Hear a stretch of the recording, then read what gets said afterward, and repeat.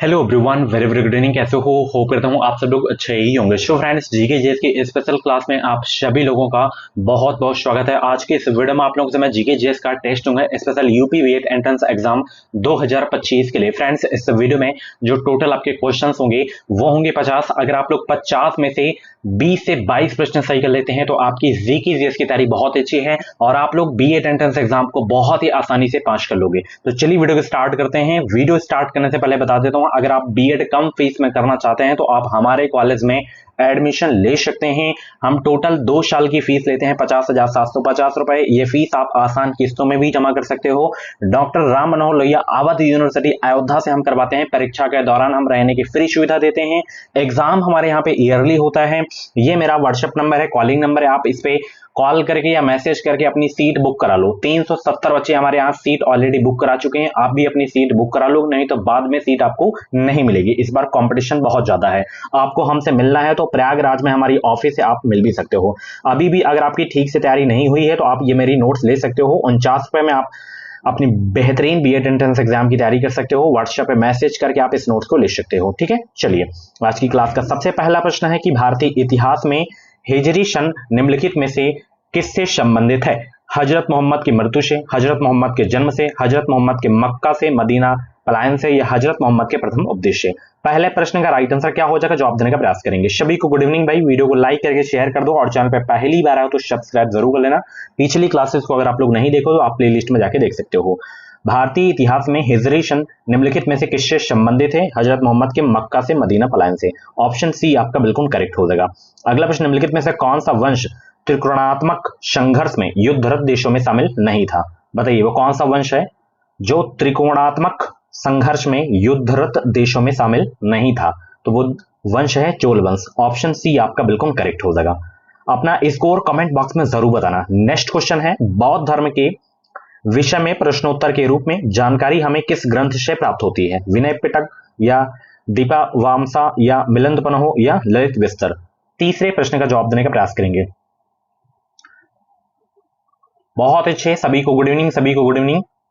Daily हमारे channel पे morning में 9:30 बजे क्लास चलती है, दोपहर में 2:30 बजे क्लास चलती है, शाम को 6:45 पे क्लास चलती है। जितने भी दिन बचे हुए हैं आप हमारे चैनल पे लग कर तैयारी कर लीजिए। 100% आप एग्जाम को पास कर लेंगे।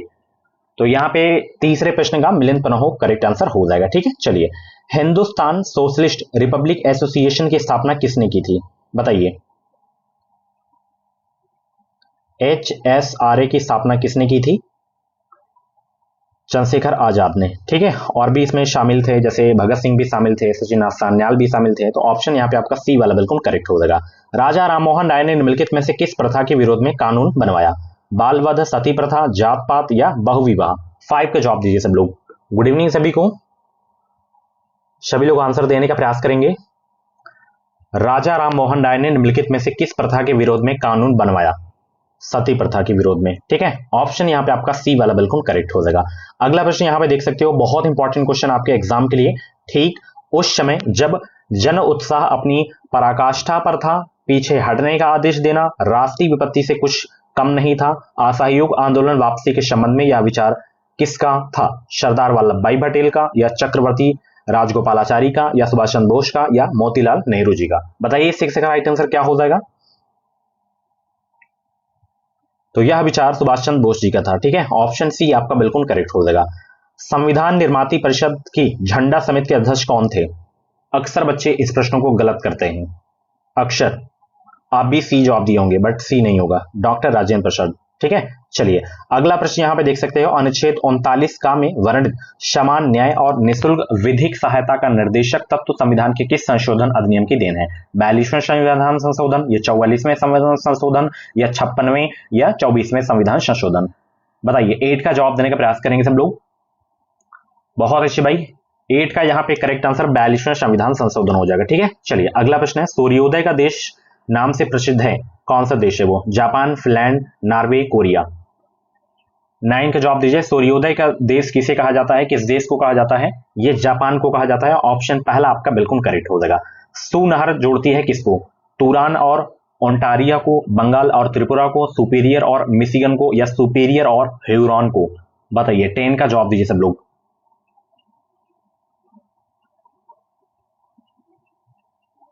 तो सू नहर जोड़ती है किसको? सुपीरियर और हुरन को। ठीक है, ऑप्शन यहाँ पे आपका डी वाला बिल्कुल करेक्ट होगा। निम्नलिखित में से भारत की कौन सी दो नदियां संयुक्त डेल्टा बनाती हैं? संयुक्त डेल्टा, ध्यान रखना, गलत मत करना। संयुक्त डेल्टा 11 का जवाब दीजिए, तो वो है गोदावरी और कृष्णा, संयुक्त लगाए हुए यहाँ पे। ठीक है, तो पहला ऑप्शन बिल्कुल करेक्ट हो जाएगा। निम्नलिखित में से किस स्थान पर भारत की केंद्रीय ईंधन अनुसंधानशाला स्थित है? जियलगोर, जादूगोड़ा झारखंड, या बोकारो, या नेवेली? बताइए, केंद्रीय ईंधन अनुसंधानशाला कहाँ स्थित है? जवाब दीजिए सभी लोग। 12 का करेक्ट आंसर क्या हो जाएगा? तो केंद्रीय ईंधन अनुसंधानशाला ये स्थित है जादूगोड़ा झारखंड में। यहाँ पे 12 का जो करेक्ट आंसर होगा बी ऑप्शन बिल्कुल करेक्ट हो जाएगा। अगला प्रश्न है, भारत में निम्नलिखित में से किसको अवस्थापना में सम्मिलित नहीं किया जाता है? ऊर्जा, शिक्षा, यातायात, या बीमा? 13 का जवाब दीजिए सब लोग। बीमा को नहीं शामिल किया जाता है। ठीक है, ऑप्शन डी करेक्ट होगा। निम्नलिखित में से कौन मुद्रा है इसमें? बैंक ओवरड्राफ्ट, व्यापारिक ऋण, राष्ट्रीय बचत पत्र, इनमें से कोई नहीं। कौन मुद्रा इसमें? 14 का जवाब दीजिए सब लोग। तो इनमें से कोई नहीं है। ठीक है, डी ऑप्शन बिल्कुल करेक्ट होगा। शरीर में ऊतकों का निर्माण होता है किससे? वसा से, प्रोटीन से, विटामिन से, या कार्बोहाइड्रेट से? बताइए, ऊतकों टिश्यूज का निर्माण किससे होता है? 15 का जवाब दीजिए। वीडियो को लाइक करके शेयर कर दो और चैनल पे नए हो तो सब्सक्राइब जरूर कर लेना। इस चैनल से आपको निश्चित मदद मिलेगी, आगे भी आपको हेल्प मिलेगी हमारे चैनल से। जैसे एंट्रेंस एग्जाम के बाद का प्रोसेस क्या होता है, काउंसलिंग कैसे होती है, काउंसलिंग में कौन कौन से डॉक्यूमेंट्स लगते हैं, एडमिशन का प्रोसेस क्या होता है, सारी जानकारी आपको मिलती रहेंगी। ऊतकों का निर्माण जो होता है डियर, वो होता है प्रोटीन से। सी ऑप्शन बिल्कुल करेक्ट होगा। निकट दृष्टि के दोष में प्रतिबिंब की स्थिति होती है रेटिना के पीछे, या रेटिना पर, या रेटिना के आगे, या कहीं भी हो सकती है? बताइए, निकट दृष्टि के दोष में प्रतिबिंब की स्थिति कहां होती है? तो रेटिना कहां पर होती है? ये रेटिना के आगे होती है। ऑप्शन सी करेक्ट हो जाएगा। निम्नलिखित में से किसको अनुवंशिकी का पिता कहा जाता है? Very very most important question आपके एग्जाम के लिए। अनुवंशिकी का पिता किसे कहा जाता है? हरविंद खुराना को, हेराल्ड को, मेंडल को, या बीजमान को? 17 का जवाब दीजिए सब लोग। फादर ऑफ जेनेटिक्स किसे कहा जाता है? मेंडल को। ऑप्शन सी करेक्ट होगा। नेक्स्ट क्वेश्चन, अधिक जल शोषक होने के कारण निम्नलिखित में से कौन सा पर्यावरण अनुकूल नहीं इसमें? नीम, यूकेलिप्टस, आंवला, बेर?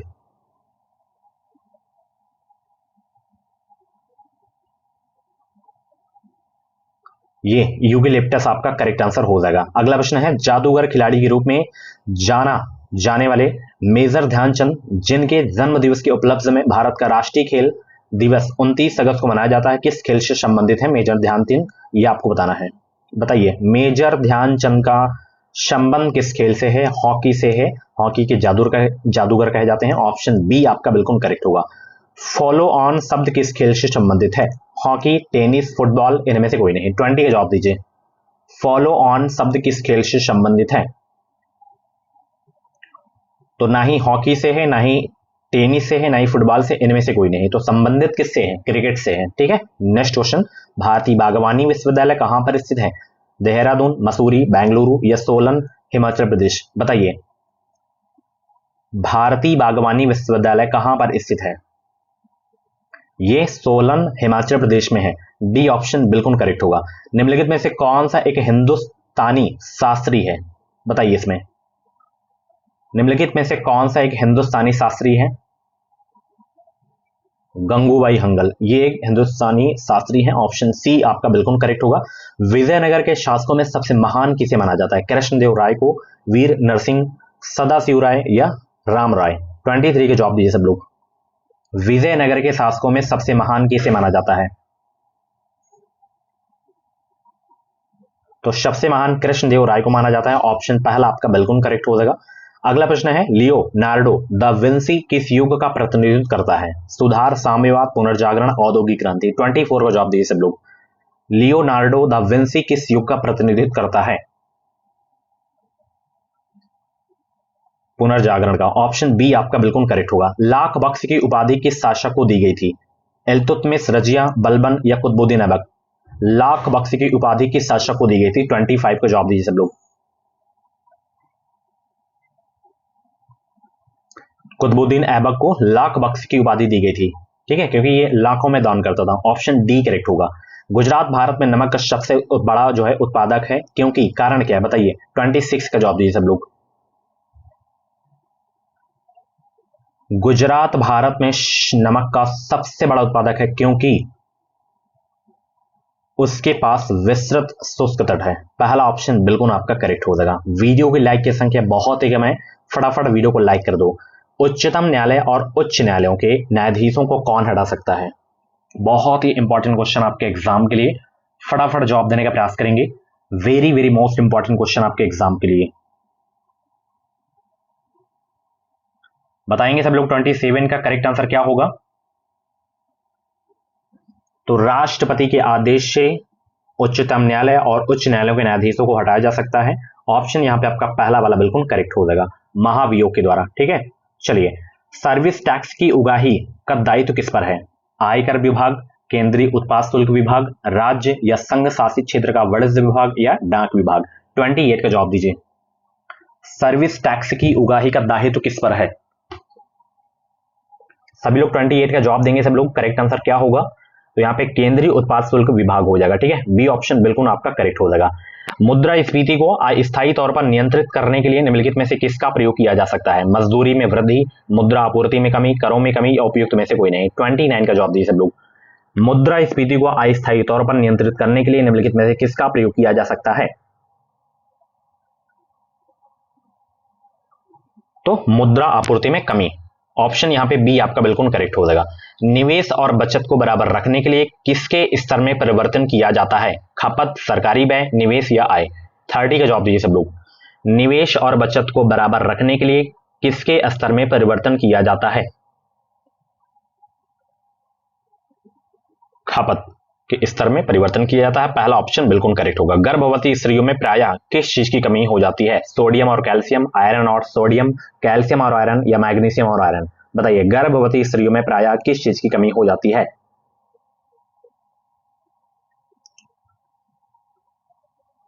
तो गर्भवती स्त्रियों में प्रायः किस चीज की कमी हो जाती है? कैल्शियम और आयरन की कमी हो जाती है। ऑप्शन सी आपका बिल्कुल करेक्ट हो जाएगा। अगला प्रश्न है, निम्नलिखित में से कौन सी पुस्तक अतीक राहमी ने लिखी है? Earth and ashes, the red devil, tonight, this savage rite, witness the night? बताइए, निम्नलिखित में से कौन सी पुस्तक अतीक राहमी ने लिखी है? 32 को जवाब दीजिए सब लोग। Good evening to all of you. Video को लाइक कर दो सब लोग। 200 लाइक इस वीडियो में कंप्लीट कर दो सब लोग। हजारों लोग देखते हो बट लाइक नहीं करते हो, तो लाइक कर दो। आज की इस वीडियो में 200 लाइक कर दो। तो यहाँ पे 32 का करेक्ट आंसर होगा अर्थ एंड एसेज। ऑप्शन पहला आपका बिल्कुल करेक्ट होगा। किस देश को यूरोप का कॉकपिट कहा जाता है? बेल्जियम, नीदरलैंड, स्विट्जरलैंड या लक्समबर्ग? क्या होगा? यूरोप का कॉकपिट कहा जाता है किस देश को? नीदरलैंड को कहा जाता है। ऑप्शन सी आपका बिल्कुल करेक्ट होगा। ताला जल विद्युत परियोजना जिससे 1020 मेगावाट बिजली मिलने की आशा है, कहां स्थित है? अरुणाचल प्रदेश, नेपाल, भूटान या हिमाचल प्रदेश? 34 का जवाब दीजिए सब लोग।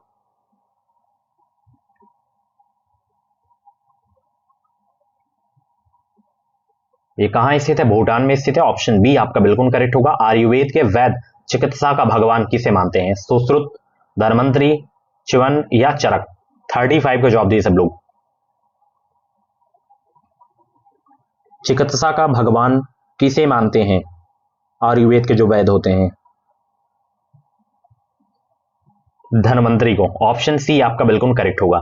सिया मुसलमानों का पवित्र नगर करबला किस देश में है? Iran, Jordan, Iraq, Syria? 36 का जवाब दीजिए सब लोग। सिया मुसलमानों का पवित्र नगर करबला किस देश में है? यह है इराक में। ऑप्शन बी आपका बिल्कुल करेक्ट होगा। नेक्स्ट क्वेश्चन आपकी स्क्रीन पे है, यहां पे देख सकते हो। ओलंपिक खेलों में किसी व्यक्तिगत खेल के लिए भारत के लिए पहला रजत पदक किसने जीता था? Maharaja Karni Singh, Wilson Jones, major R S Rathore या लिएंडर पेश? 37 का जवाब दीजिए सब लोग। मेजर आर एस राठौर ने जीता था पहला पदक। ठीक है, रजत पदक।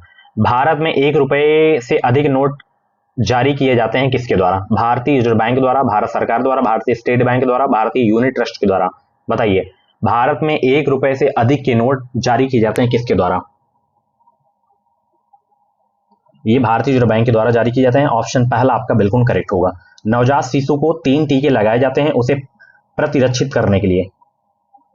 कुकुर खांसी, टिटनेस और खसरा को प्रतिरक्षित करने के लिए, या कुकुर खांसी, टिटनेस और डिप्थीरिया से, या टिटेनस, डिप्थीरिया, खसरा, रुबेला से, या टिटनेस, डिप्थीरिया, चेचक और रुबेला से? प्रतिरक्षित करने के लिए। बताइए 3 टीके किस लिए लगाए जाते हैं? आपको भी लगे होंगे, मुझे भी लगे हैं। 39 का जवाब दीजिए।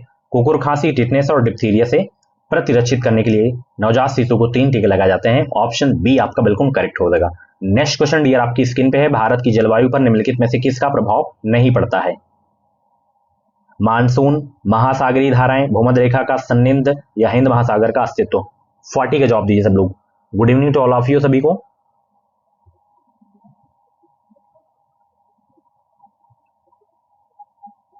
सभी लोग जवाब देने का प्रयास करेंगे। 40 का करेक्ट आंसर क्या होगा? हिंद महासागर का अस्तित्व हो जाएगा। ठीक है, चलिए निम्नलिखित में से किस देश का आलिखित संविधान इसमें? बताइए किस देश का आलिखित संविधान इसमें? 41 का करेक्ट आंसर देने का प्रयास करेंगे सब लोग।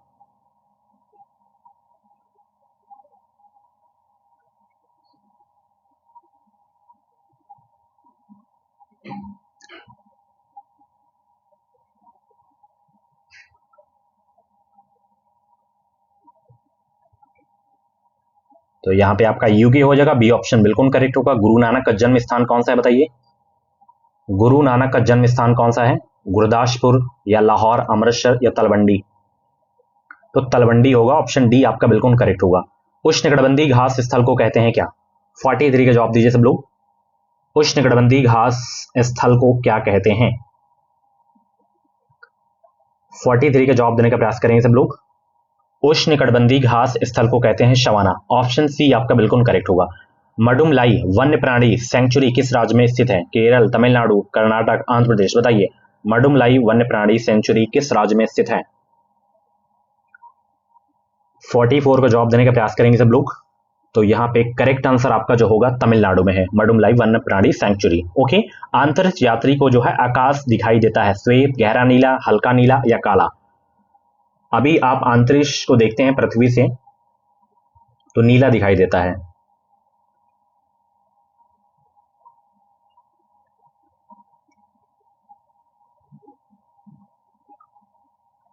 हम यहां से आकाश को देखें नीला दिखेगा, बट अंतरिक्ष से देखेंगे तो काला दिखेगा। ठीक है, डी ऑप्शन बिल्कुल करेक्ट होगा। कंप्यूटर में आईसी का अर्थ क्या होता है? आईसी 46 का जवाब दीजिए सब लोग। एकीकृत परिपथ हो जाएगा। ठीक है, ऑप्शन सी करेक्ट होगा। भारत लौह एस का निर्यात मुख्यतः किस देश को करता है? बताएंगे सब लोग। भारत लौह एस का निर्यात मुख्यतः किस देश को करता है? जापान को करता है। पहला ऑप्शन बिल्कुल करेक्ट होगा। प्रसिद्ध काव्य गीत गोविंद के रचयिता कौन है? जयचंद, जयसिंह, जयदेव, जयंत? तो जयदेव हैं। बी ऑप्शन बिल्कुल करेक्ट होगा। अगला प्रश्न आपकी स्क्रीन पे है। उस अमेरिकी अंतरिक्ष यान का नाम क्या था जिसका अंतरिक्ष में विस्फोट हो जाने के कारण अंतरिक्ष यात्री कल्पना चावला की मृत्यु हो गई थी? बताइए 49 का करेक्ट आंसर क्या होगा?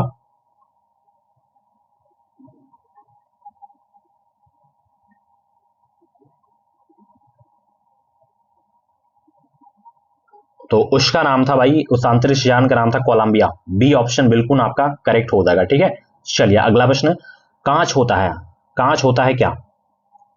अति तप्त द्रव्य, अति शीतित द्रव्य, अति शीतित गैस या अति तप्त ठोस? क्या होता है कांच? कांच अति तप्त ठोस होता है। ठीक है, पहला ऑप्शन बिल्कुल करेक्ट हो जाएगा। सो फ्रेंड्स, ये थी आपके जीके जेस की क्लास। कैसी रही क्लास? कमेंट बॉक्स में अपना फीडबैक जरूर देना। बाकी ऐसे ही डेली क्लासेस देखने के लिए एजुकेशन विशाल यूट्यूब चैनल को आप लोग सब्सक्राइब करो, बेल आइकन को ऑल पे जरूर से जरूर प्रेस करो, ताकि जो भी बीएड प्रवेश परीक्षा की अपडेट है, क्लासेस हैं, उनका नोटिफिकेशन आपको टाइम टाइम से मिलता रहे। तो आपके 50 में से कितने क्वेश्चन करेक्ट हुए हैं कमेंट बॉक्स में अपना रियल स्कोर जरूर बताना। Thank you so much. Video को लाइक कर देना। 200+ लाइक इस वीडियो में हो जानी चाहिए। Thanks for watching. Bye bye, take care.